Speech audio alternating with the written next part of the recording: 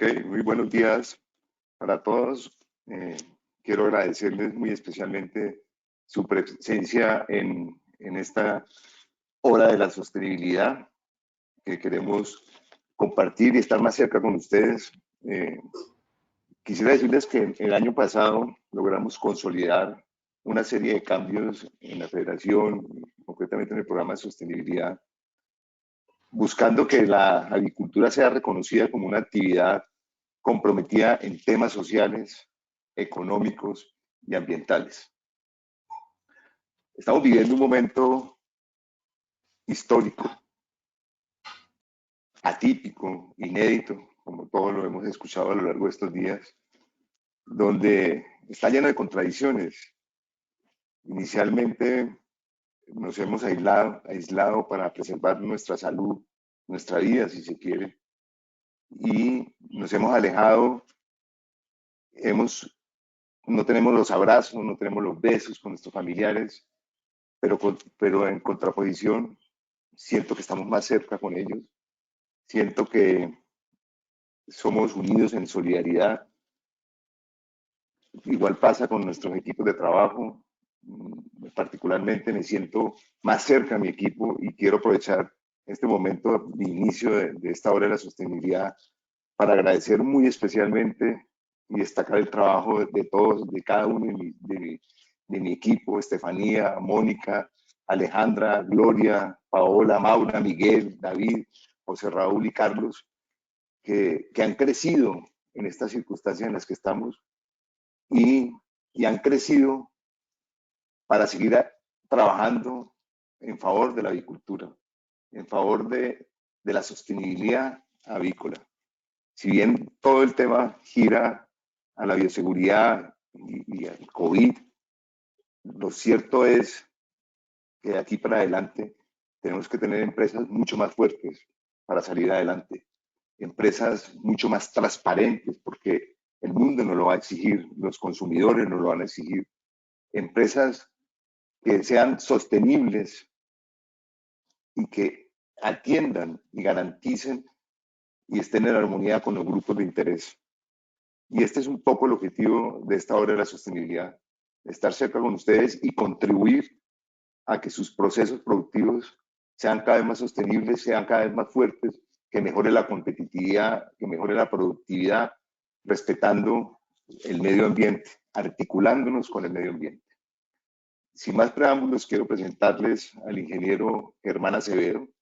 Es ingeniero en energía de la Universidad Autónoma de Bucaramanga, ingeniero de proyectos de Eficity, que es una de las compañías de mayor trayectoria en energía en Latinoamérica. Su sede principal está en Chile, pero tiene oficinas también en Perú y Colombia. Nuevamente, quiero darles la bienvenida y agradecerles que se hayan comunicado con nosotros. Les voy a pedir un favor, si tienen alguna pregunta, vayan haciéndola, escribiéndola en el chat de las preguntas y inmediatamente, de tal manera que Estefanía las va a ir organizando y ella al final de la presentación se las irá haciendo a Germán para que todo fluya como más rápido y no tengamos pues contratiempos en las respuestas que él les pueda dar a ustedes. Nuevamente, bienvenidos. Germán, tiene la palabra. Gracias, Carlos.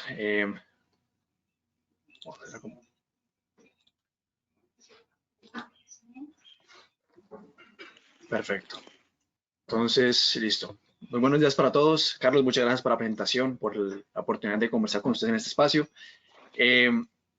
Espero que todos ustedes, estimados, estén muy bien en sus casas, ustedes y sus familias, estén saludables. Bueno, para iniciar, gracias. Soy Germán Acevedo. El día de hoy voy a hablarles a ustedes acerca de estrategias para reducir los costos de energía dentro de las empresas. Primero, para dar un poco de contexto, quiero comentarles quién es Eficity. Como bien decía Carlos, somos una empresa de consultoría en temas de energía.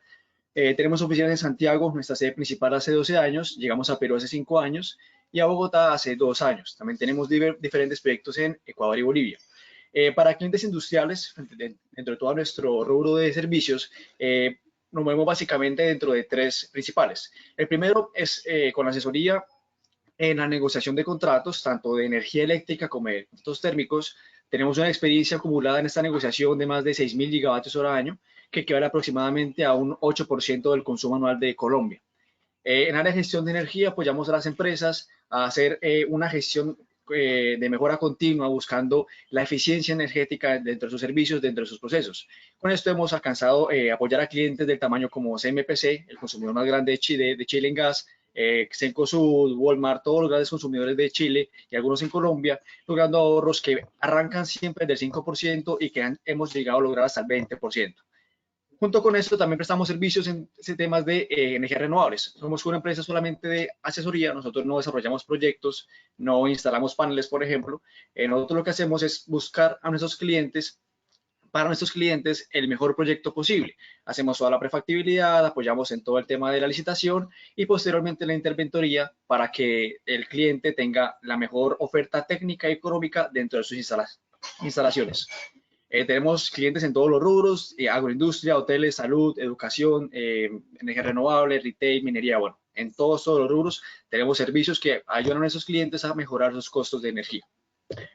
Ya para entrar en materia acerca de lo que nos trae el día de hoy, voy a dividir la charla en tres partes. La primera parte es, voy a comentarles un poco acerca de la situación actual del mercado energético, temas de precios, cómo estamos actualmente en todo el sistema, y a futuro, mediano y largo plazo, cómo pintan las cosas para el desarrollo del sector. En el segundo punto voy a conversar sobre cómo son las estrategias para reducir la tarifa de energía de los usuarios y finalmente, complementario a esto, cuáles son las medidas de eficiencia energética y gestión de energía, cómo se hace esto y cómo las empresas pueden llegar a lograr mejorar sus procesos a través de este proceso también. Entonces, bueno, para la primera parte, lo primero y principal que debemos entender del mercado es qué es lo que nos cobran en nuestra factura de energía. En la factura de energía se divide en 6 conceptos. Cada uno de esos conceptos retribuye el pago que se le hace a cada participante por su gestión en el sector. Acá voy a... Las empresas de generación reciben el cargo de generación, las empresas que se encargan de hacer la generación de la energía. Las empresas dueñas de los cables que llevan la energía desde el punto de generación hasta el punto de consumo reciben los cargos de transmisión y de distribución. Las comercializadoras, que son aquellas encargadas de cobrarlos la energía y pagarle a cada uno de ellos, nos cobran el cargo de comercialización. Y el XM, que es el operador del mercado, tiene también unos cargos de pérdidas y restricciones, que lo que buscan básicamente es garantizar la fiabilidad del sistema y pagar algunos costos operativos del mismo, que no están señalados dentro de esta fórmula. La suma de estos conceptos es el costo unitario de energía que nos cobran de cantidad de dinero, pesos colombianos por kilovatio hora que se consume. ¿Qué es lo importante de estos conceptos? Es entender que el concepto de generación y el concepto de comercialización son negociables. Se puede buscar estrategias para que estos conceptos disminuyan su tarifa. Esto se hace dependiendo del usuario que somos. Entonces, en el mercado hay dos tipos de usuarios, está el usuario regulado y el no regulado. La principal diferencia entre ambos es el consumo. ¿Sí? Los usuarios regulados son todos aquellos que consumen menos de 55.000 kilovatios hora mes o que tienen una demanda menor a 100 kilovatios de potencia, mientras que los no regulados son los que consumen más que eso. En el mercado regulado, como bien lo dice, las tarifas son reguladas por la Comisión de Regulación de Energía y Gas, por la CREG, y cada comercializador tiene tarifas asignadas según su mercado, su nivel de tensión, su contratación de energía, entre otras variables. En el mercado no regulado sí puede haber una negociación directa, ya el usuario se sienta con el comercializador y negocia una tarifa contractualmente a cierto plazo para los conceptos de generación y comercialización. Aclaro mucho que los términos de transmisión, distribución, pérdidas y restricciones son regulados para ambos casos y no se puede hacer absolutamente nada para cambiarlos, por lo menos desde el punto de vista del usuario. ¿Cómo funcionan estas negociaciones? Entonces, como usuarios, nosotros solo tenemos contacto con el comercializador. A pesar de que se puede también negociar la generación, nosotros no tenemos ningún contacto directo con el generador, sino todo se hace a través del comercializador.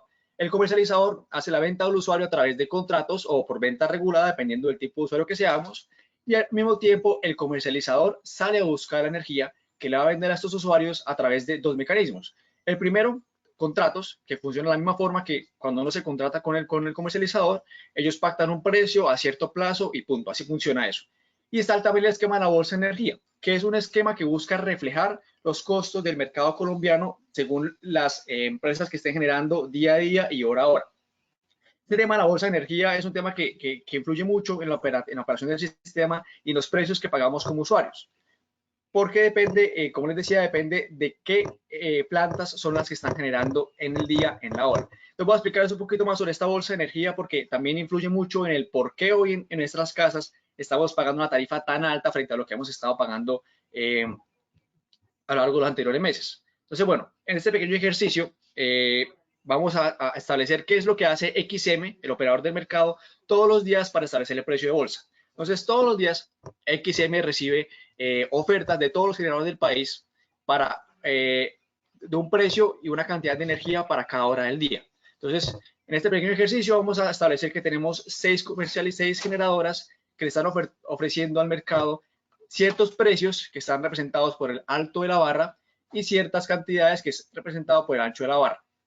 XM recibe toda esta información y lo que hace es muy sencillo, lo organiza de menor a mayor precio. Entonces acá se puede ver que, bueno, los de menor precio son los más bajitos, los de más alto precio son las 5 y las 6, que son las más altas. Cuando ya XM organiza esto para cada hora del día, se establece la energía que se quiere generar. Esto depende claramente de la demanda que se proyecte según la UPME, según el mismo XM. Y acá está representado con la barra roja. En la barra roja representaría cuál es la demanda que espera que tenga el sistema XM y sobre la cual se va a buscar generar la energía. En este caso podemos ver que la demanda del país para este ejercicio sería suplida por la generadora 1, la 2, la 3 y parcialmente la 4. Entonces, las 5 y las 6 quedarían por fuera de esta generación, es decir, las 5 y las 6 no saldrían despachadas, no generarían energía, ya que su costo fue mayor a de la planta que cruzó con la demanda objetivo. El precio de bolsa bien, es equivalente al precio que ofreció la generadora, la última generadora que fue despachada. En este caso, como la generadora número 4 es la última que se necesita para cumplir la demanda del país, el precio que ofertó es el precio de bolsa. ¿Qué pasa? Esto hace que el sistema sea muy dependiente acerca de cuáles son las empresas que están realmente generando energía. Cuando tenemos una condición de baja hidrología, como lo sucede actualmente, que tenemos una condición de muy baja hidrología, las empresas más baratas, que son las hidráulicas, empiezan a disminuir la cantidad de energía que ofrecen. ¿Eso qué implica? Que esta barra roja, donde está la demanda objetivo, no se va cumplida sobre la generadora número 4, sino que existe la posibilidad que empiecen a entrar más generadoras que son más costosas. Hablo ya de generadoras térmicas, principalmente a gas y combustibles líquidos. Cuando eso ocurre, el precio de bolsa aumenta. Es por eso que vemos muy seguido en las noticias que cuando hay un fenómeno del Niño, el sistema eléctrico empieza a aumentar sus costos. Y es por esta razón. Y eso es lo que está pasando hoy en día. Actualmente tenemos un mínimo histórico en los aportes hídricos, es decir, el caudal de los ríos y en el nivel de los embalses, lo que genera que muchas generadoras térmicas tengan que estar operando que normalmente no operarían y hace que el precio del sistema aumente. Ya que estamos hablando de esto, entremos en el mercado regulado, que es donde están los hogares y los pequeños comercios. Aquí no hay una negociación directa. No podemos ir donde nuestro comercializador a decirle, véndame energía porque no funciona así. Es un tema regulado. Lo que sí se puede hacer por regulación es que como usuario puedo buscar otro comercializador diferente que me venda su energía, que tenga tarifas mucho mejores que las de mi comercializador actual. Eso no significa que, por ejemplo, yo que estoy en Bucaramanga, que mi comercializador es la ESA, pueda ir a Bogotá a decirle a Codensa que me venda energía. No, tampoco funciona así. Lo que hay, existen comercializadoras como PESA, como Enel Total, como Batia, que ofrecen mercado regulado y tarifas reguladas para diferentes ciudades del país. Entonces, ellos atienden más de una ciudad, por ejemplo, no sé, PESA atiende también Bucaramanga, Bogotá, Medellín, Cali, y esas comercializadoras que atienden también diferentes ciudades, esas que yo como usuario puedo buscar cambiarme y obtener un mejor precio.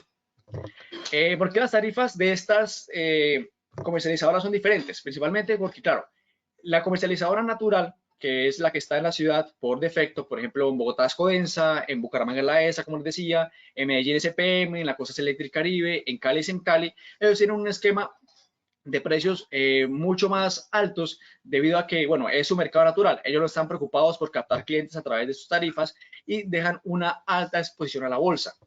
Eso significa que gran parte de la energía que ellos le venden a los usuarios la compran a través de la bolsa de energía. lo que los hace muy vulnerables a aumentos en el precio debido a condiciones de baja hidrología, como está pasando ahorita.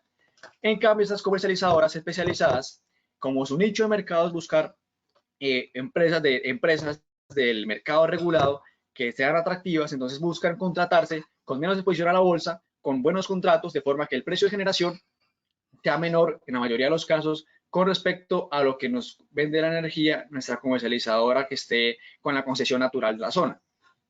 Junto con esto, y lo más importante, es el cargo de comercialización. Acá se puede ver claramente cómo disminuye el cargo de comercialización entre estas comercializadoras que son alternativas con respecto a las comercializadoras naturales. Y esto ocurre básicamente por dos razones. La primera es que estas comercializadoras han buscado una eficiencia operativa mucho mayor, evitan aumentar sus costos operativos para poder tener una gestión mucho más eficiente. Parte de eso es debido cuando las comercializadoras naturales, Codensa, etcétera, ellos van a los usuarios a hacer las mediciones para revisar cuánto se está consumiendo. Estas comercializadoras han implementado sistemas automáticos a través de medidores con telemedida que les indican de forma automática cuánto está consumiendo cada usuario. Esto claramente quita un gran costo administrativo que es de tener personas en la calle haciendo estas lecturas de los medidores. Y por eso es que vemos una disminución en tarifa que va desde el 20 pesos en las ciudades que son capitales y puede llegar hasta un 60 pesos en zonas como el Caquetá. Esto es muy importante. La idea aquí y la primera estrategia que quiero dejarles a ustedes es que todos los usuarios regulados tienen la posibilidad de cambiar de comercializador. Buscar el comercializador depende básicamente de tres factores. Primero, del precio que están ofreciendo hoy en día. ¿Sí? Todo cómo se ha comportado el precio de esta comercializadora en los términos de G más C. Eso se puede ver en la página de cada comercializadora y se puede hacer el seguimiento. Segundo, establecer cuál es la exposición a la bolsa que tiene esta comercializadora. Hoy en día, por el funcionamiento del mercado, lo ideal es buscar una comercializadora cuyo precio, cuya exposición a la bolsa no sea muy alta. Y finalmente, revisar con esa comercializadora cómo es su esquema de contratación a futuro. Porque no solamente es válido buscar cuál precio estoy pagando hoy, sino también hay que buscar ese precio a cuántos años me estoy asegurando, cuánto tiempo tiene esta comercializadora asegurado en sus contratos para venderme energía y no estar expuesto a la bolsa. Aunque por regulación todos los usuarios, incluidos nosotros los hogares, podríamos hacer este cambio, comercialmente no funciona así. Comercialmente estas comercializadoras buscan usuarios que tengan por punto de consumo un consumo superior a 15.000 kWh mes. No es un límite fijo, puede ser un poco menor, pero más o menos es así como el régimen en el que se mueve este mercado de cambio en el mercado regulado. Esto puede traer beneficios que pueden ir entre el 5% hasta el 20% en la reducción de los costos totales de energía. Y es un tema muy sencillo porque son tarifas que están expuestas públicamente y el análisis es bastante sencillo de hacer. Eso por parte del mercado regulado. Ahora haremos de mercado no regulado. Acá, como les decía, hay una negociación directa entre los usuarios y el comercializador. Hay un contrato que se establece con precios y con tarifas a cierto tiempo. Entonces, de la misma forma como pasa anteriormente, la comercializadora va a un generador a buscar la energía que le vende, ya sea por contratos, ahí donde vienen las tarifas a precio fijo, o a través de la bolsa de energía. Entonces, ¿cómo se ha comportado la bolsa de energía? Muy importante entender aquí que cuando negociamos con bolsa de energía, lo que tradicionalmente se hace es colocar un precio piso y un precio techo. Entonces, cuando el precio de bolsa está por debajo del precio piso, pues el usuario va a tener que pagar ese precio piso y cuando está por encima del precio techo, pues el usuario va a tener que pagar máximo el precio techo. Entonces, acá podemos ver en nuestra gráfica cómo se ha comportado históricamente el precio de la bolsa en azul celeste frente a todas las condiciones de hidrología. Acá tenemos tres puntos muy importantes que quiero detallarles, que es el 2010, el 2016 y la actualidad. Ahí en el 2010 tuvimos un pequeño fenómeno del niño que fue seguido por un periodo de fenómeno de la niña que hizo que el precio de la bolsa estuviera bastante menor. 2015, 2016, bueno, creo que para todos fue noticia todo lo que sucedió en esa época que hizo que los precios de bolsa se dispararan y llegaran a estar por encima de los 1.500 pesos por kilovatio hora. Eso pues hizo que los costos del sistema aumentaran muchísimo. Después de esto, en el 2017, 2018 y parte del 2019 hubo buenos precios debido a que, bueno, básicamente los embalses estuvieron con buen nivel, hubo poca exposición a temas térmicos y el precio se mantuvo de forma constante. Pero ya en el 2019, cuando hubo un anuncio, fenómeno del niño, que al final no ocurrió, el precio se volvió a disparar. llegó casi a los 400 pesos. Y desde a finales del año pasado, cuando la hidrología empezó a tener problemas y los embalses empezaron a disminuir, el precio de bolsa ha estado muy inestable y muy alto en muchas ocasiones debido a este efecto que se está generando, y también debido a que, bueno, en teoría, ahorita en mayo ya deberíamos tener una mejora del tema de los embalses, pero realmente estamos aún lejos de eso. Y según el IDEAM han anunciado que esta recuperación aún no se va a dar y que probablemente durante junio y julio vamos a tener todavía una hidrología bastante pesada para el país. ¿Cuál es uno de los principales riesgos de contratarse con la bolsa? Es que ocurra lo que pasó para todos aquellos que se contrataron en el 2017 con la bolsa de energía. Es que se puede disfrutar de un par de años muy buenos, porque cuando hay precios buenos de bolsa, realmente son muy, muy buenos, pero que después de ello, cuando ya hay tiempo de sequía, que siempre llega, ese ahorro que se pudo lograr, esa buena tarifa que se logró en el pasado, no paga la pérdida que se puede generar a futuro. Claramente depende del esquema que se trate, depende de muchos factores, pero es algo muy general. Y yo personalmente he visto muchas empresas que tuvieron ese efecto y que en el 2019-2020 la pasaron muy mal porque como el costo subió tanto, ya lo que ellos habían ahorrado lo perdieron. Aquí se puede ver una relación más directa entre cómo es el tema entre los aportes, es decir, sobre el caudal de los ríos, que está representado con el área gris, y el precio de bolsa. Entonces, acá vemos que desde julio del año pasado, cuando el aporte, es decir, el caudal de los ríos estaba alto, el precio de bolsa estaba bajito, estaba por el rango de los 140, 150 pesos. Cuando empezó el anuncio del verano, cuando empezó a haber un poco de sequía, el precio aumentó porque los aportes, la hidrología empezó a bajar. Igualmente en noviembre un pequeño repunte, bajó un poco el precio de bolsa, y desde ese momento ha habido una disminución muy fuerte en los embalses y también en los aportes, llegándonos a mínimos históricos. Actualmente estamos en un mínimo de embalses del 32%, un nivel de embalses del 32%, que es un mínimo que no se había visto ni siquiera en el fenómeno del Niño 2016. Normalmente en un periodo normal de verano, cuando estamos en estos meses, los embalses suelen estar alrededor del 40-45%. Entonces acá hay una fuerte tendencia a que el precio de bolsa se mantenga alto mientras esta recuperación se da. ¿Por qué por qué el precio de bolsa es tan dependiente de ese tema de los aportes? Bueno, no solamente porque tenemos un 70% de la potencia instalada en el país, es decir, de las generadoras son hidráulicas, sino porque la energía que generan equivalió, por ejemplo, en 2019 equivalió al 77%, en el 2018 equivalió al 82%. Entonces, hace que realmente sea muy variable el tema de la bolsa cuando tenemos hidrología baja. Ahora, en el tema de contratos, ya ese fue el esquema de la bolsa. En el tema de contratos ya hay un precio fijo, un precio que se pacta entre el comercializador y el usuario para los términos de G más C, y esto depende, bueno, de otros factores, realmente depende de la evolución normal del sistema.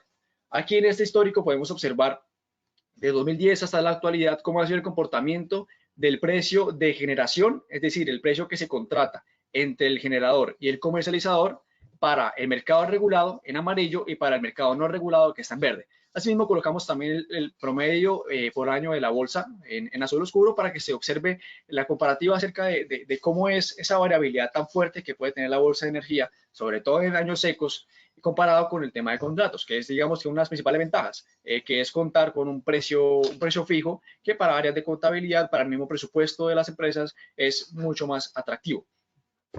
El mercado no regulado ha tenido un crecimiento en su costo de generación del 7.7% en este periodo que les estoy mostrando, mientras que el de no regulado tiene un 5.76%. ¿Y por qué les muestro esto? Aquí hay el segundo mensaje, que es el tema de los plazos a los que como usuario no regulado me debo contratar. Entonces, ¿qué pasa? Como usuario no regulado, cuando yo me contrato, mi precio suele ir indexado, es decir, se suele actualizar mensualmente con el IPP, que es el índice de precios de productor, un indicador publicado mensualmente por el DANE, y sobre ese aumento en el IPP es que se calcula cuánto va a aumentar mi tarifa de G más C contratada. ¿Qué pasa? Si yo me llego a contratar anualmente, buscando cada año el comportamiento del mercado, es muy probable que este aumento del 7.7% anual sea el que me corresponda. Porque claro, cada año entonces las empresas van a buscar acoplarse con respecto a lo que se subió el mercado para venderme nuevamente energía. Mientras que con el IPP apenas hubiera aumentado un 3.7% el costo de la generación y la comercialización. Entonces, bueno, diríamos ahora listo, hagamos lo siguiente, vámonos a muy largo plazo, vámonos a 10 años para evitar durante 10 años que el mercado me haga aumentar a un ritmo de 7.7% anual y aumente a la mitad. Bueno, tampoco es una buena idea. No es una buena idea, sobre todo por la situación en la que estamos actualmente en el mercado. No, no frente al tema de hidrología que les comentaba, sino frente al corto mediano plazo. Hablo de 2024-2025, donde se espera que este aumento de los contratos en general empiece a disminuir y hasta empieza a decrecer el precio de los contratos. Y bueno, principalmente a diferentes factores que ya voy a entrar en ellos. Actualmente el país, Colombia, cuenta con una matriz de energía, con un parque de generación compuesto por un 65% de energía hidráulica, un 34% de energía térmica y un 1% de otras plantas solares, de biomasa y eólicas. Mientras que el punto del día en el que Colombia tiene máxima demanda, que es en las noches, tenemos una demanda máxima actualmente de cerca de las 11 gigavatios. ¿Eso qué implica? Bueno, implica primero, el mensaje para todos es que tenemos un parque que está listo para suplir energía, no tenemos realmente problemas de abastecimiento frente si revisamos y comparamos la capacidad del sistema frente a la demanda que tiene el país. Pero hay que estar pendientes de esa demanda, cómo se comporta y cómo se va a comportar el parque de generación en temas de precios. Acá, bueno, aquí a la izquierda pueden observar este mismo comportamiento que les comentaba acerca del parque de generación del país, 12 gigavatios de energía hidráulica, aproximadamente 5 o 6 gigavatios de energía térmica y el resto en plantas de energía solar, eólica y otras.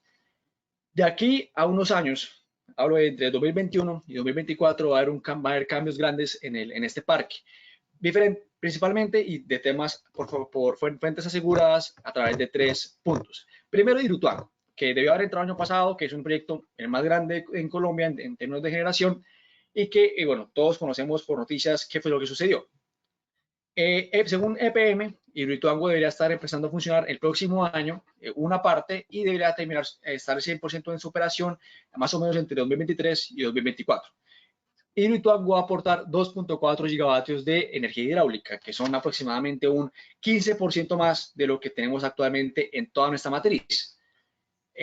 Tenemos también la subasta de renovables que fue llevada a cabo el pasado octubre por el Ministerio de Minas, que nos dio un 8% más de energía eólica y solar frente al total que tenemos actualmente en todo el mercado de nuestra generación. Y también tenemos la subasta de energía firme, que adjudicó plantas nuevas térmicas, eólicas y solares por una potencia de 2.64 gigavatios. ¿Esto qué implica? Implica que aquí a 2022-2024 vamos a tener cerca de 7 gigavatios de nuevos proyectos que van a entrar a jugar dentro del mercado y a ser parte de todo este esquema que les estoy contando de compra y venta de energía, de contratos. Si revisamos a futuro, podemos ver que nuestra matriz va a crecer mucho, vamos a tener aproximadamente 6 gigas más de energía y que va a haber un espacio mucho más amplio de participación por parte de las renovables y también de la hidráulica, principalmente por Hidroituango. Casi podemos ver, comparando con la demanda máxima actual, cuál es la diferencia que habría y cuál va a ser la fiabilidad de nuestro sistema frente a lo que tenemos hoy en día. Si hoy en día contamos con un sistema fiable, de aquí a estos años vamos a tener un sistema que realmente casi que va a duplicar la demanda máxima que tiene el país. Ahora, en temas de precios, realmente, ¿cuáles son las plantas que son baratas y que conviene que estén generando energía para que el precio de bolsa y el precio de contratos esté barato? Son principalmente las hidráulicas, las eólicas, las solares y las térmicas a carbón. Entonces, digamos que podemos establecer en el área verde cuál es más o menos la brecha que hay entre esta demanda máxima y las plantas que son económicas. Entonces, acá podemos ver una brecha de aproximadamente 2 gigas, que no es mucho, pero de aquí a unos años vamos a tener una brecha de casi 6-7 gigas. Esto va a generar que cuando estos proyectos que aún no están generando energía, que ya están contratados algunos, pero que no están generando energía, empiezan a entrar en la dinámica del mercado, a ofrecer contratos, entonces vamos a gozar de una presión muy fuerte para todo el mercado en general que va a hacer que los precios tiendan a la baja. A este efecto hay que sumarle todos los proyectos de la UME. La UME tiene actualmente 9 gigavatios de proyectos en registro de energía hidráulica, de energía eólica y energía solar. esto es un 50% más de lo que tenemos en totalidad hoy en día. Entonces, esto lo que indica básicamente es que el mercado va a empezar a migrar, nuestra matriz va a empezar a migrar hacia una mayor cantidad de energía eólica, energía solar, que es barata, que es, hoy en día ya se comporta de forma muy competitiva frente a la energía tradicional, que es la hidráulica y la térmica. Las subastas renovables, por ejemplo, que bueno, aquí en la subasta hay que tener la claridad de que hay un esquema especial, hay unos costos especiales, y eso genera que el precio de la sido tan bueno. Pero el precio con el que se cerró la subasta es un 30% menos de lo que se está pagando hoy en día en el promedio de contratos de todo el país. Eso pues genera que, como les comentaba, a futuro, esto se vea muy atractivo. Esta gráfica ya se las había presentado hace un momento acerca del tema de los contratos. Me permito colocar ahí también en la línea roja el precio de la subasta de energía de renovables, que es aproximadamente de 160 pesos, teniendo en cuenta el cargo por confiabilidad. Bueno, ahora hagamos este análisis. Bueno, hablemos del hoy, ¿no? Entonces, acerquémonos y quitemos todo lo que hay atrás de 2019 y quitemos el precio de bolsa porque eso nos interesa en este momento. Acá tenemos tres líneas, la línea amarilla, que es los precios de mercado regulado, la verde, que son los de no regulado, y la azul, que es el promedio nacional. Entonces, bueno, centrémonos solamente en el promedio nacional. ¿Hacia dónde van a migrar los precios? Sin ser un tema asegurado, o sea, yo no soy, no puedo decirles a ustedes que el precio del mercado en unos años va a ser tal, porque no hay forma, realmente no hay forma de saberlo, pero sí se puede deducir por todo este movimiento que el precio de los contratos de generación va a empezar a migrar del 205 o 110 pesos que se maneja hoy en día hacia una zona entre el precio de la subasta de renovables sin llegar a ser tan bajo y lo que se tiene hoy en día. En Chile, por ejemplo, el efecto cuando hace unos años que se renovó la matriz y se empezó una inclusión muy fuerte de las energías renovables no convencionales, los costos de la generación disminuyeron un 20%. Se podría esperar que para Colombia ocurra algo parecido, lo que va a generar que cuando estas empresas empiecen a generar contratos, el precio del mercado en general empieza también a disminuir. Entonces, ¿para qué fue toda esta cháchara? Básicamente para decirles que hoy en día el plazo ideal para contratarse no debe superar el 2024-2025, porque en ese momento, cuando toda esta dinámica de mercado empieza a moverse, si seguimos más a largo plazo, es probable que nuestro precio quede por fuera de lo que se está vendiendo en el mercado y empezamos a pagar un mal precio por no haber sido previsivos con este tipo de situaciones. Entonces, 2024, máximo 2025, contratos que se renueven en estos años. Perfecto, entonces, con todo este contexto del mercado, de los precios, de cómo se maneja, entramos directamente a cómo se hacen las negociaciones en el mercado no regulado, cómo hacerlas más eficientes. El precio de energía que nos ofrecen las comercializadoras depende básicamente de 4 factores. Está la cantidad de energía, nuestro perfil de usuario, es decir, cuánto es cómo se comporta hora a hora nuestro consumo de energía, el plazo a que los contratemos, en un plazo más largo claramente nos van a dar un mejor precio, y la capacidad financiera de la empresa, que esto básicamente implica por temas de cumplimiento, de garantía, bueno, de ser un buen usuario. Pero de estos, el que más aporta y el que más pesa es la cantidad de energía que tenemos. Entonces, listo. ¿Cómo hacemos para tener un mejor precio? Aumentando la cantidad de energía. No significa esto que entonces voy a consumir más energía, a ser más ineficiente por buscar un buen contrato. No. La primera estrategia es una estrategia que, por ejemplo, hoy en día ya se hace en el sector de plásticos con mucha fuerza, es buscar acompañar mi contratación con otras empresas, es decir, asociarme con otras empresas que no tienen que ser ni siquiera avícolas, que ni siquiera tienen que estar en mi mismo departamento, en mi misma ciudad, pueden estar en cualquier parte del país para buscar contratar entre todas a un mismo proveedor. ¿Eso qué genera? Que entonces cada una de ellas con su aporte de energía va a hacer que las comercializadoras vean un bloque completo de una gran cantidad de energías repartidas en varios usuarios. Eso genera que claramente puedan acceder a precios más competitivos porque hay una mayor cantidad de energía en juego. Junto a esto, y es la metodología que manejamos nosotros, hay que hacer licitaciones abiertas y competitivas. Hay que hacer competir al mercado. La segunda forma de obtener buenas tarifas es hacer competir al mercado. Porque, claro, como funciona en cualquier mercado, cuando los proveedores compiten, los precios también mejoran. Para ello, nosotros en Efficity, les quiero contar un poco sobre esta metodología, nos dimos cuenta que hubo que buscar un esquema que nos ofreciera una posibilidad de hacer este tipo de negociaciones abiertas y transparentes de forma muy sencilla. Creamos así Plataforma Energía, que es el primer marketplace de Latinoamérica para transacciones de energía. ¿Cómo funciona la plataforma de energía? Básicamente lo que hicimos nosotros es revolucionar la forma en que los usuarios buscan su energía, haciendo que se junten en una plataforma en la cual las comercializadoras están registradas. Esta plataforma tiene registradas a la fuerza de venta, que son todas las comercializadoras. Actualmente tenemos 22 comercializadoras registradas, con la fuerza de compra, que son los usuarios.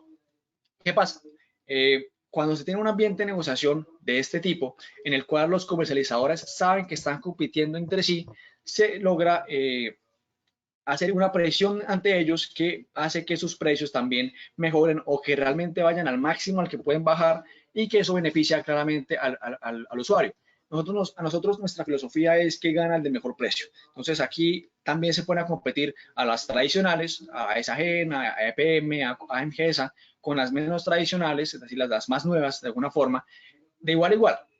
Entonces aquí no va a ganar el que tenga más influencia, el que tenga más experiencia, sino va a ganar directamente el que tenga mejor precio. Con esto, básicamente lo que hicimos fue romper la forma tradicional en la que las empresas hacen sus negociaciones. Actualmente se hace algo muy sencillo, como es un tema muy específico que se hace cada X años.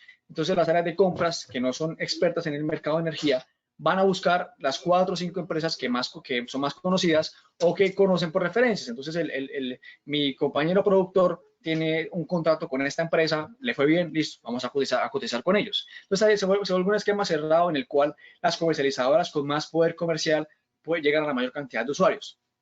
Con plataforma de energía no. Con plataforma de energía, y esto es un mensaje que debe quedar para ustedes, hay que cotizar con todo el mercado. Y eso es lo que hacemos nosotros, cotizamos con todo el mercado, porque estas 22 comercializadoras que están en la plataforma son las 22 comercializadoras que están especializadas en hacer este tipo de negociaciones. ¿Eso qué implica? Implica que cuando tenemos un precio final a través de esta licitación abierta con todos, el precio que se logre es sí o sí el mejor precio que el mercado puede ofrecer. Por el simple hecho de que por fuera de esta plataforma, por fuera de esta licitación, no hay absolutamente ninguna otra empresa que pueda abastecerme. Entonces, la mejor forma de obtener el mejor precio del mercado es licitando con todo el mercado. Ojalá en una plataforma que sea atractiva y que encima de todo tenga todo esto ya armado para hacerse. Una vez dicho esto, ahora hablemos directamente de cómo funciona esta negociación en bloque. Entonces, aquí traigo un pequeño ejemplo práctico. Quiero aclararles a ustedes que ese sí es solamente un ejemplo, claramente basado en nuestra experiencia, en ofertas que yo mismo he leído acerca del comportamiento actual del mercado, pero que no son una representación exacta de lo que sucedería en este tipo de negociaciones en bloque. Entonces, bueno, para este ejemplo vamos a tener 4 empresas, 2 con un consumo de 200.000 kWh mes, una empresa con un consumo del doble de 400.000 kilovatios mensuales y una empresa más pequeña de un consumo de 100.000 kilovatios. Entonces, ¿qué pasaría a la izquierda si cada una negociara por aparte? ¿Y qué pasaría si a la derecha hiciera una negociación en bloque que generara una demanda de 900.000 kilovatios? Mucho mayor a cada una por aparte. Entonces, digamos que aquí viene a jugar también el tema de los plazos. Si una de las empresas de 200.000 decide contratarse 5 años, pongamos como precio base un precio de 208 pesos. Ese fue el precio que consiguió de G más C. Si una empresa del mismo consumo decide, no, yo a 5 años no me quiero ir, me voy a 2, entonces va a tener un precio mucho peor al que consiguió esta empresa, y acá podemos establecerlo más o menos en un 215 pesos por kilovatio hora. Ahora, si una empresa del doble del tamaño, es decir, que consuma los 400.000 kilovatios, decide irse un plazo igual, bajo, de 2 años, claramente va a obtener un mejor precio que la anterior, porque pues consume más energía, pero es muy probable que no consiga un precio como la que se para 5 años, a pesar de tener gran cantidad de energía. Se va a acercar mucho, pero es muy probable que no lo tenga. ¿Y qué pasaría una empresa muy pequeña que consume una cuarta parte de esta, la mitad de esta, pero que sí decidió irse 5 años? Bueno, es probable que es fijo que sí o sí va a tener un mejor precio que la que se fue a 2 años. Es probable que pueda tener, y es bastante probable que pueda tener un mejor contrato de la que se fue a 2 años también, pero con más consumo. Pero sí es totalmente fijo también que no va a mejorar el precio que consiguió la que consume más, pero que también se contrató inteligentemente, con más plazo. ¿Qué pasa en el caso contrario? En el caso contrario, las empresas lo que hicieron fue buscar energía para todo el bloque, los 900.000 kilovatios, a un plazo que dejó contentos a todos. Entonces, fue un plazo que, como les estaba comentando, va hasta el 2023, perdón, 2024, 2025. Acá fue 4 años para el ejemplo. Y se puede lograr un precio de 200 pesos por kilovatio hora. Una disminución que va entre 8 y 15 pesos de lo que se tenía con la negociación tradicional. Acá un poco para ver números, se puede ver que claramente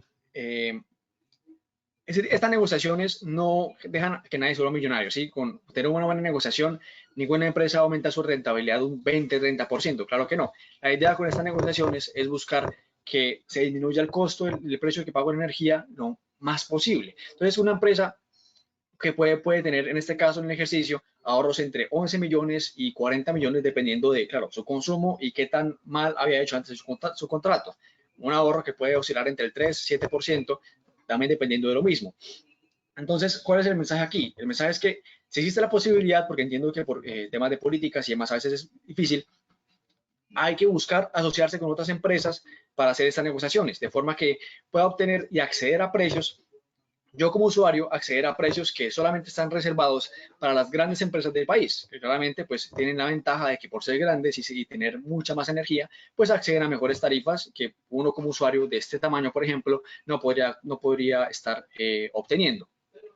Pero ¿cómo se va a hacer estos bloques? Digamos que la idea en esta negociación por agregación de demanda es no mezclar peras con manzanas. Entonces, por nuestra experiencia, por el movimiento que hemos visto también en Chile y en Colombia, definimos 4 bloques sobre los cuales se van a hacer estas negociaciones. Entonces, el primer bloque son todos los regulados, que como les comentaba antes, no hacen negociación, sino que buscan un comercializador mejor, que son, bueno, todos aquellos regulados que consuman por encima de 15.000 kilovatios hora mensuales. Luego el segundo bloque vendrían siendo los pequeños no regulados, que son aquellos que consumen entre 55.000 kilovatios y 400.000 kilovatios. Luego vendría un tercer bloque de empresas medianas que consumen entre 400.000 y 1.5 gigas mensuales. Y el cuarto bloque ya de las grandes empresas que corporativamente consuman más de 1.5 gigas mensuales. Eso significa, ¿por qué esta diferenciación? Porque claramente si una empresa de las más grandes se va con una de las más pequeñas, el efecto es muy sencillo. La más grande va a darle un aporte mayor a la más pequeña debido a su magnitud, y para la cuarta pues realmente no representa ninguna diferencia. Es más, puede pasar, y yo lo he visto, puede pasar que abro comillas, muy grandes, que se puede ensuciar un poco la licitación. Porque claro, una empresa muy grande pero asociada con una muy pequeña, si no es parte de su mismo grupo de negocio, pues digamos que eso para una comercializadora a veces puede ser un poco puede generar un poquito de conflicto frente al precio para ofertar. Esta asociación en bloque no significa que, no sé, si alguien consume 390.000 kilovatios no pueda ser parte del tercer bloque. No, son más o menos unos bloques, una propuesta de bloques que tenemos nosotros, pero que depende directamente de la situación de cada empresa que quiera participar. Entonces, para que esto funcione y para que sea efectivo, se debe acompañar sí o sí de licitaciones abiertas. Todo lo que les comentaba ahorita de buscar cotizar con todos los actores del mercado, de forma que el precio que obtengamos sea el único precio que el mercado puede ofrecer. Y de esta forma es, digamos, la forma inteligente, la forma y la estrategia que las empresas pueden y tienen a su disposición manejar para obtener los mejores de precios del mercado. Una vez ya, listo, se hizo toda la gestión que yo puedo hacer de puertas para afuera, ¿sí? Con mi proveedor, buscar un mejor precio, ya. Eso está hecho. Cuando eso ya está hecho, sea como sea que lo hayamos logrado, hay que empezar a revisar de puertas para adentro yo qué mejoras puedo hacer. Ya negociamos la tarifa. Ya, ¿cuánto pagamos por la energía que consumimos de tarifa? Ya lo tenemos negociado. Ahora hay que buscar reducir la cantidad de energía que yo consumo.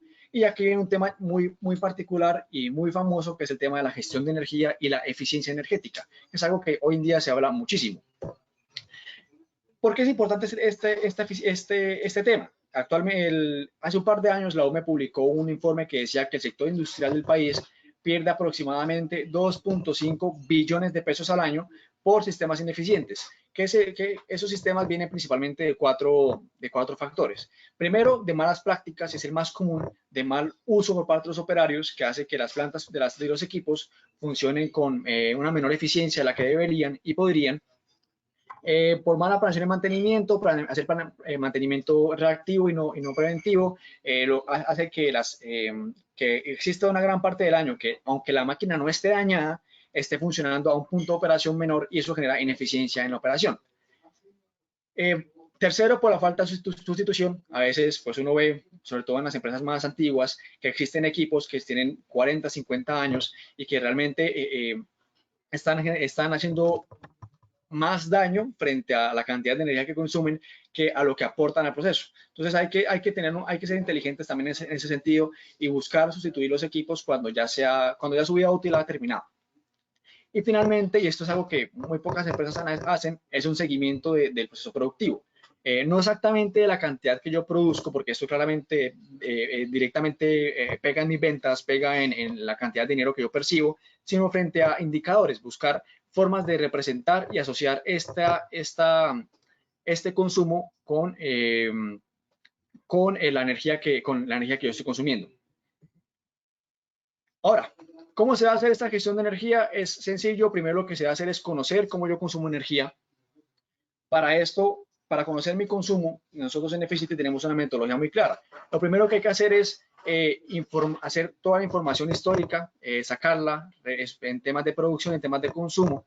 Posterior a esta recuperación de información, se va a hacer un seguimiento técnico acerca de la caracterización de cuáles son mis equipos, cómo funcionan mis procesos, cuáles son las variables que más impactan dentro de mi proceso productivo, y esa información estarla almacenando y ahí tener todo un registro acerca de ella. Van a empezar a asociar este consumo realmente por qué puntos de la planta, por qué máquinas es que se ve más influenciado. Cuando has hecho este análisis para entender realmente cómo es el comportamiento de las máquinas, lo tercero que se debe hacer es empezar a hacer una medición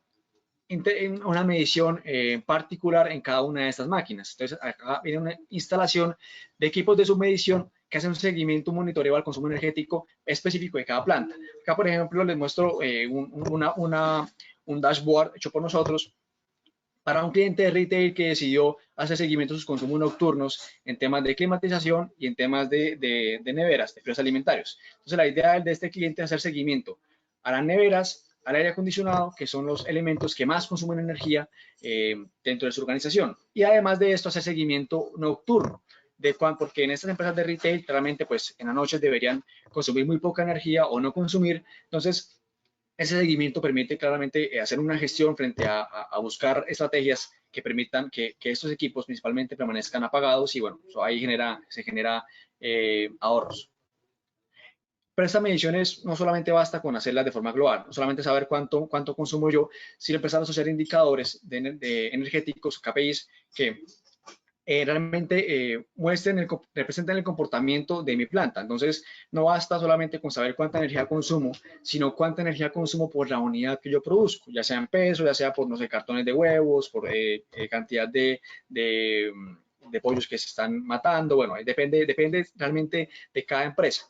Todas las empresas, sí o sí, siempre tienen algún indicador que representa su comportamiento.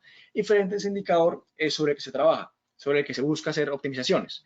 Pero esas optimizaciones, y esto también quiero que quede muy claro para todos, es que el tema de gestión energética no es un tema inmediato. No es un tema que si empecé hoy, ya en 2 meses disminuí un 20% mi consumo. No, es un tema que siempre, en el 100% de los casos, genera beneficios. Siempre, eso no tiene ninguna discusión.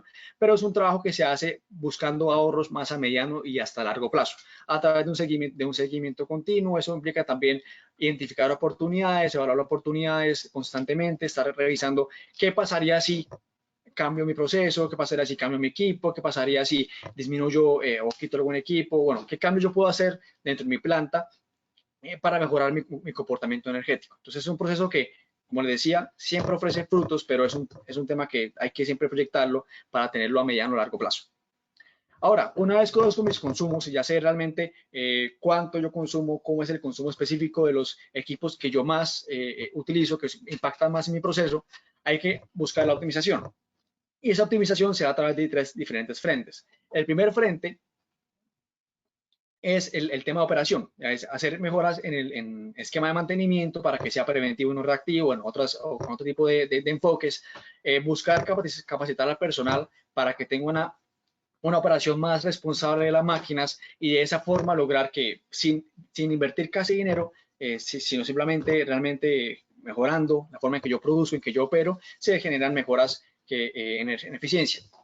Una vez hacen estas mejoras y que ya el personal y todo el proceso, digamos, administrativo está bien planteado para este tipo de eficiencia, pasamos al segundo paso, que es el recambio tecnológico. Ya es directamente a implementar tecnologías alternativas, tecnologías complementarias, cambiar equipos directamente, cambiar la calibración, mejorar el control de los equipos, que ya son cambios que requieren una inversión, pero que es ya digamos que su retribución es inmediata. Ya si yo cambio mi equipo hoy, mañana ya tengo ahorros. Y son ahorros que suelen pagarse y que tienen que buscar que se paguen entre un periodo de un año a 5 años. Es decir, que el ahorro que estoy obteniendo pague la compra de mi nuevo equipo, pague la inversión que estoy haciendo en un periodo máximo de 5 años.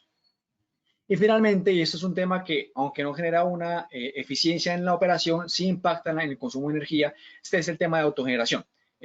Ya implementar tecnologías de energía solar, de energía fotovoltaica o térmica, implementar sistemas de cogeneración, son estrategias que permiten disminuir la energía que le estoy comprando a la red y abastecerme por energía que hoy en día es más barata y que puede llegar a tener un 40-50% menos de costo total frente a lo que le pago actualmente el operador de red y que pues es energía limpia, ¿no? Entonces hay beneficios tanto ambientales por mi huella ambiental y también beneficios directamente en el dinero por la cantidad de energía que estoy pagando. Entonces, ya para dar cierre a mi intervención, directamente para responder la pregunta de cómo reducir los costos de energía del sector avícola, hay dos estrategias. La primera, reducir la tarifa en el mercado regulado buscando un proveedor que tenga mejores precios, que tenga mejores precios regulados para las ciudades en las que yo opero, y el mercado no regulado haciendo licitaciones abiertas en la cual participen la gran mayoría del mercado lo más posible y si se puede también en bloque con otras empresas para que mejore los precios que yo obtengo. Y ya de puertas para adentro, disminuir la cantidad de energía que yo consumo haciendo gestión de energía, implementando procesos que van desde la gerencia hasta la operatividad que permitan mejorar y controlar los procesos productivos. Y bueno, hasta ahí llegaría mi intervención.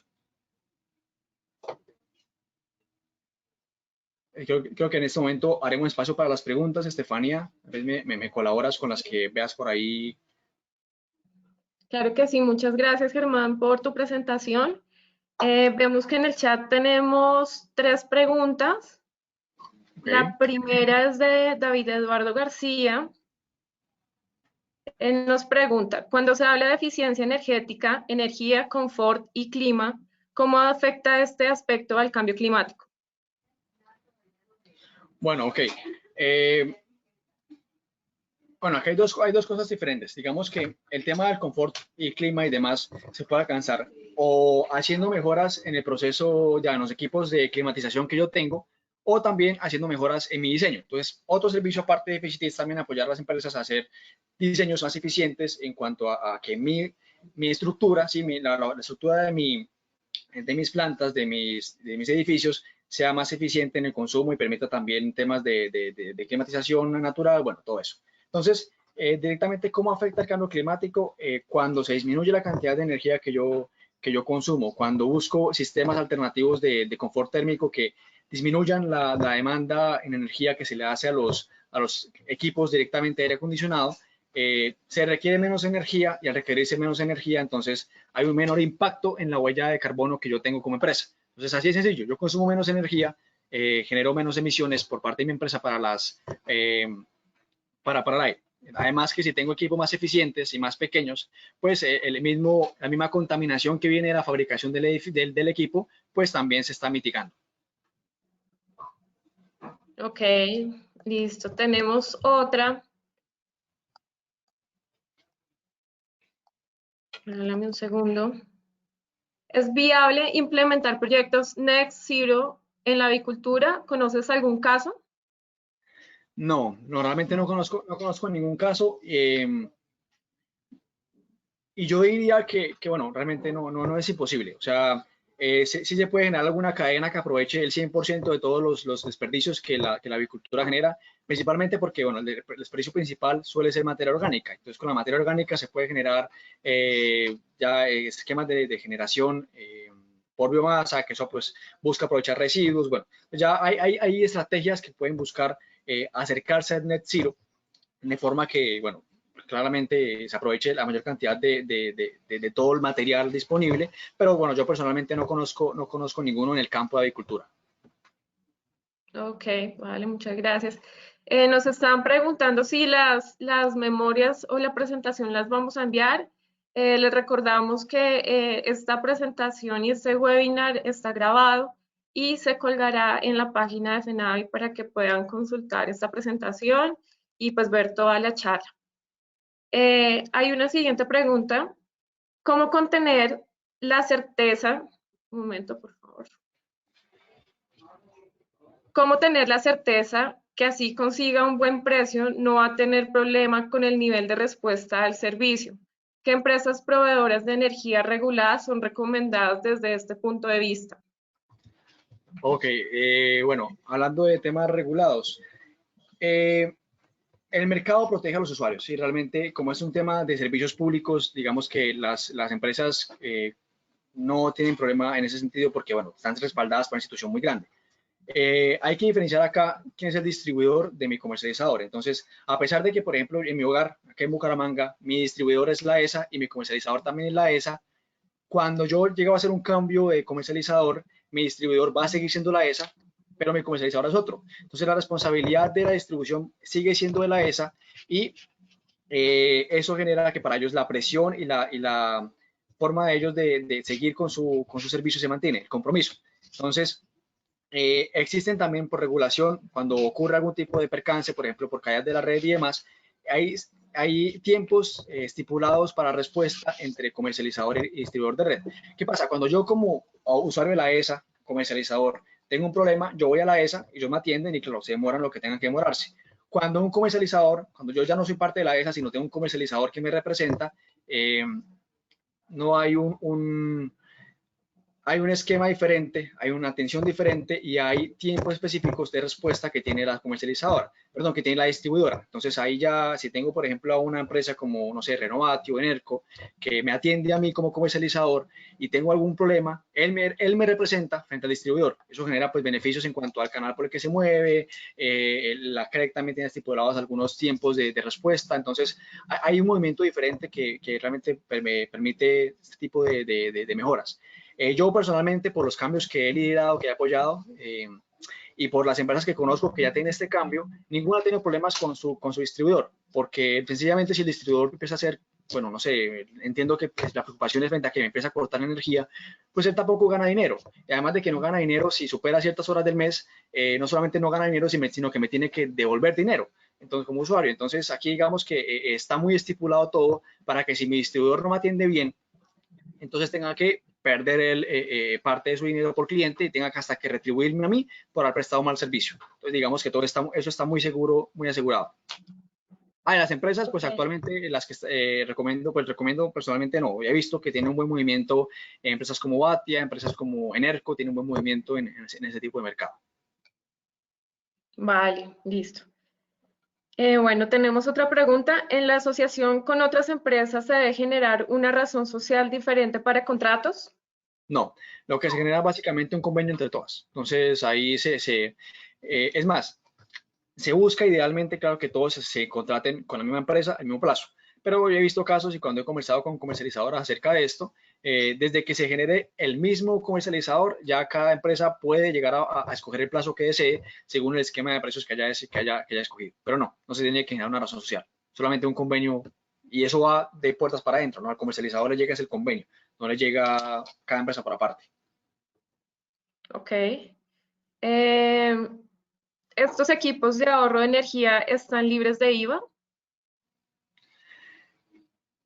Sí, o sea, a ver, aquí con el tema de los beneficios tributarios, sí, cuando uno tiene un equipo que genera mejor eficiencia, están libres de IVA, sí, eso es verdad.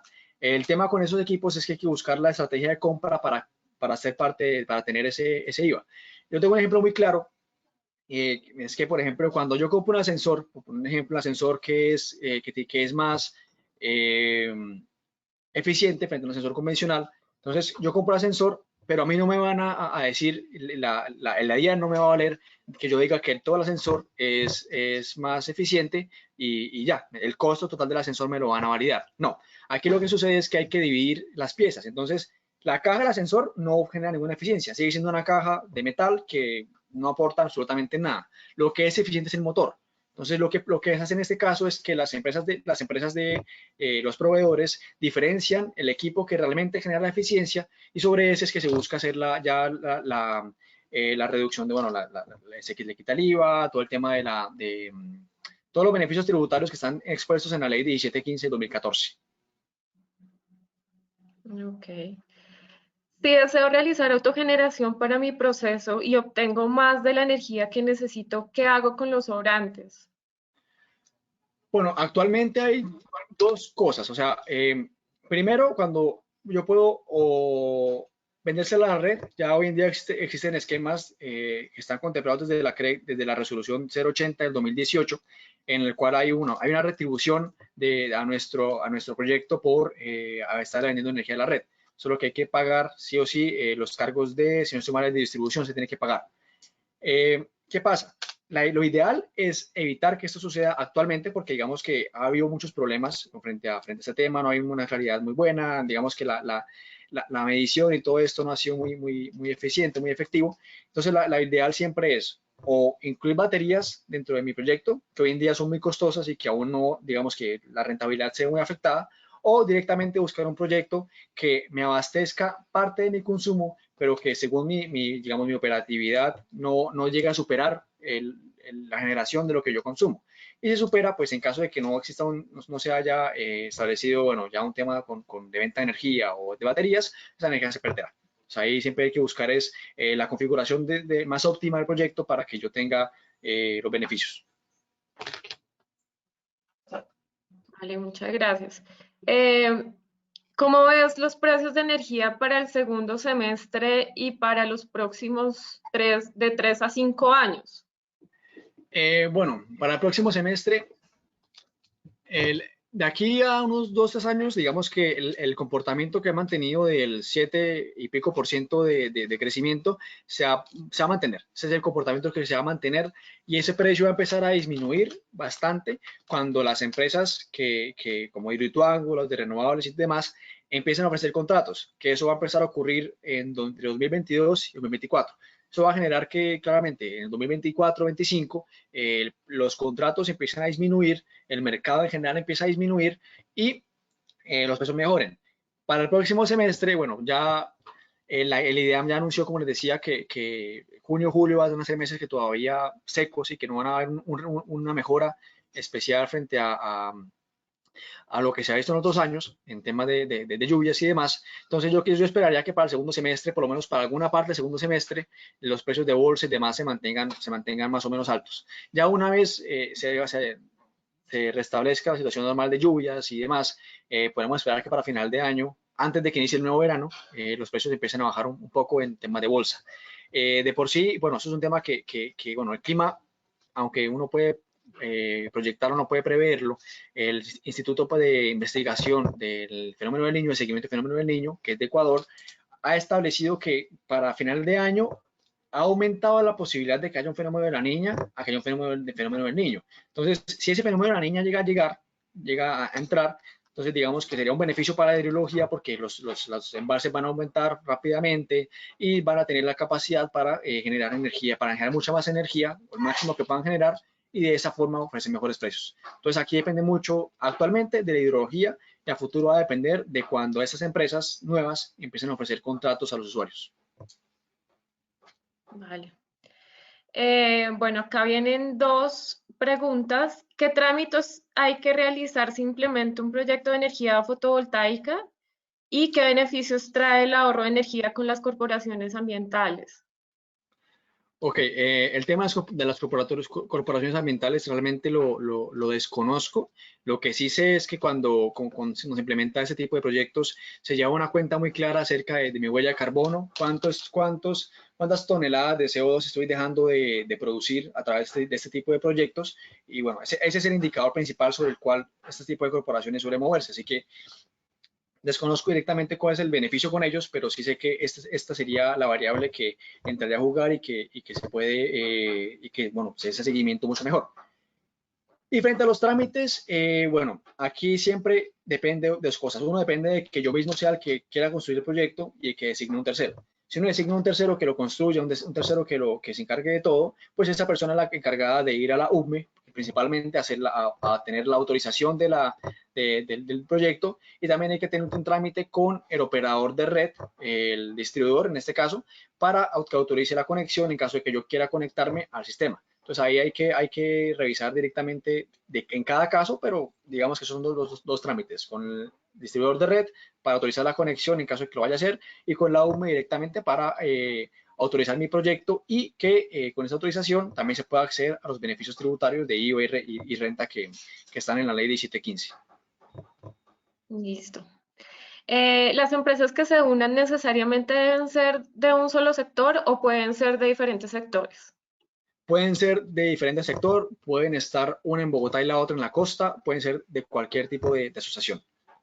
Ahí lo que importa realmente es buscar empresas que, digamos, que por cantidad de consumo se parezcan un poco a la mía, que digamos que sean complementarias y que no, y que bueno, y que organizacionalmente sean confiables, ¿no? Que no sea una empresa que de aquí a 1 año, 2 años empiece a dejar de pagar. Bueno, ahí digamos que es como buscar seriedad en el proceso.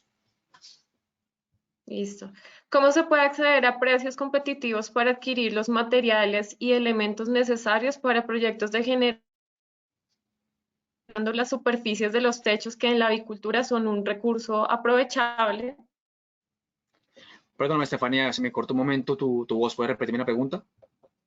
Listo. ¿Cómo se pueden acceder a precios competitivos para adquirir los materiales y elementos necesarios para proyectos de generación fotovoltaica, aprovechando las superficies de los techos que en la avicultura es un recurso aprovechable? Ok.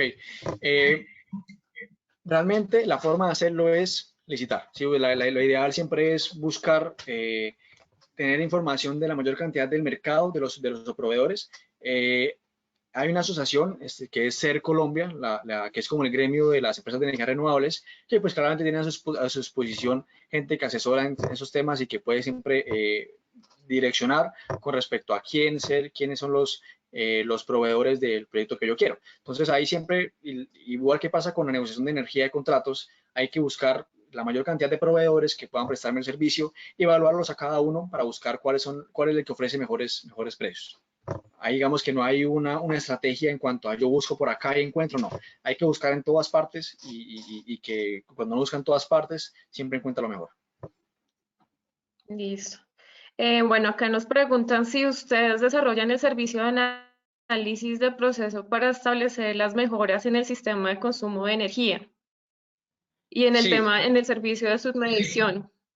sí, nosotros, de por sí, la plataforma que yo les mostraba de esa empresa de retail es hecha por nosotros, es un servicio también nuestro. Nosotros tenemos todo el servicio de diagnóstico, levantamiento de información para establecer todo, la línea base, todo el comportamiento energético y establecer qué puntos son los más específicos, los más importantes en el consumo. Y ya posterior a eso tenemos un servicio de gestión de energía en el cual se incluye un profesional en planta, part-time, para hacer ese seguimiento y empezar a hacer monitoreo y trabajar de la mano con la gerencia y de la mano con los operativos y buscar esa eficiencia. Vale, perfecto.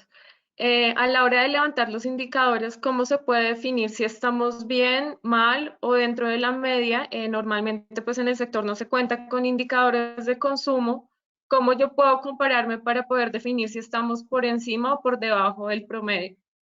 Claro, yo desconozco, pero creo que no hay que haya como un índice global para buscar realmente una comparación hacia dónde es el ideal. Realmente esto es un tema que es intrínseco, ¿no? Como cada empresa, cada planta funciona de forma diferente, uno cuando saca los indicadores, el histórico de indicadores, y que para eso es, uno empieza a mirar cuáles son los niveles de indicadores que se dieron más bajos. Entonces uno siempre va a ver en la gráfica que uno arme indicadores más altos, momentos en que yo produje menos y consumí más, pero también uno va a tener momentos en que se produjo más y se consumió menos. Entonces la idea es que yo mismo busque cuáles son qué es lo que sucedió en esos puntos de eficiencia y en esos puntos de ineficiencia para acercarme a esos niveles de indicador ideales para mí mismo, que van a ser los niveles que se representarán dentro del histórico que uno levante. Digamos, es una comparación Claro, mía. complementando un poquito tu respuesta también, digamos que lo importante es empezar a tener una línea base y ya con estos indicadores, digamos así, no tengamos una información del promedio sectorial, por lo menos sí evaluar año tras año si vamos mejorando con esta eficiencia energética.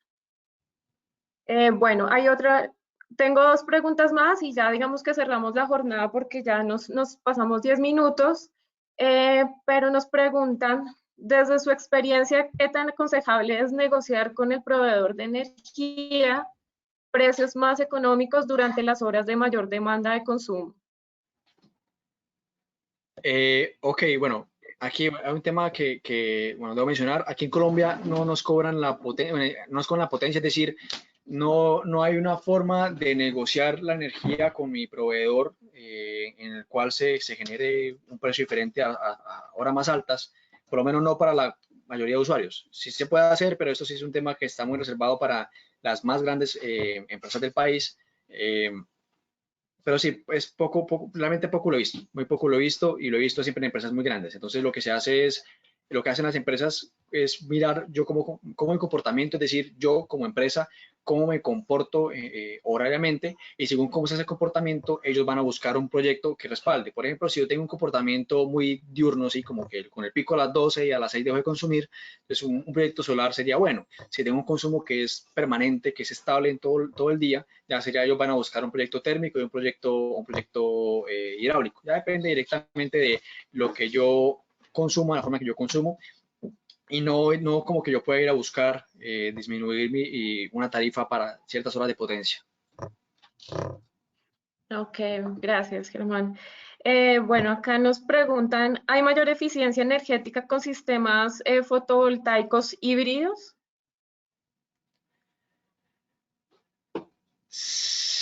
No pensaría en temas de eficiencia energética, sino de confiabilidad. Digamos que ya con los sistemas híbridos lo que se busca es tener también respaldo por parte de la red y digamos que eso es algo que se mantiene, ¿no? Entonces, lo ideal siempre es que mi sistema fotovoltaico sea complementario a la red y que lo que busque es disminuir la cantidad de energía que yo le estoy solicitando a la red para que disminuya, digamos, el costo. Es un tema directamente de disminuir la cantidad de energía que yo le compro a ellos. No es un tema de eficiencia operacional ni nada de eso, solamente de costo. Vale. Y la última, ¿cómo se proyecta el IPP para el cálculo de las tarifas futuras? No, realmente, bueno, Efficity no es una empresa experta en temas tributarios. Acá lo que se ha hecho, lo que hemos hecho siempre es establecer una línea base, digamos, todo el histórico que se ha comportado y frente a ese histórico empezar a movernos. Entonces, además que en diferentes contratos que yo he visto de comercializadoras, siempre la proyección que se suele usar es de un 4%. Ahora, como les decía, nosotros somos una empresa experta en temas de economía, no puedo llegar yo a decirles cómo se va a comportar, pero lo que sí puedo decirles es que se ha comportado con un aumento del 3.7% anual y bueno, sobre eso es sobre lo que nos movemos. Ya temas macroeconómicos y demás, que es lo que afecta directamente ese indicador, no podría decirles nada. Listo, Germán. Bueno, te agradecemos mucho haber dedicado este espacio para, digamos, hacer esta capacitación en temas de energía. Les queremos también recordar que en más o menos una hora les va a llegar un correo con unas preguntas frente a si les pareció interesante este tema y también unas preguntas de conocimiento y también queremos saber qué otros temas les interesan en este nuevo espacio desarrollado por el programa de sostenibilidad sobre charlas en temas ambientales y de sostenibilidad. Muchas gracias a todos por su asistencia y los esperamos dentro de 8 días con el tema de la normativa de envases y empaques. Muchas gracias. Gracias a todos por su asistencia. Gracias, Carlos, por la invitación.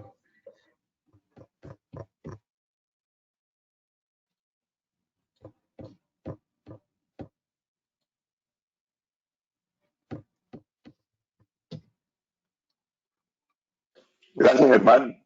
Feliz día y muy amable por tu presentación. Que tengan buen día a todo el mundo, a todos los participantes. Muchas gracias por conectarse.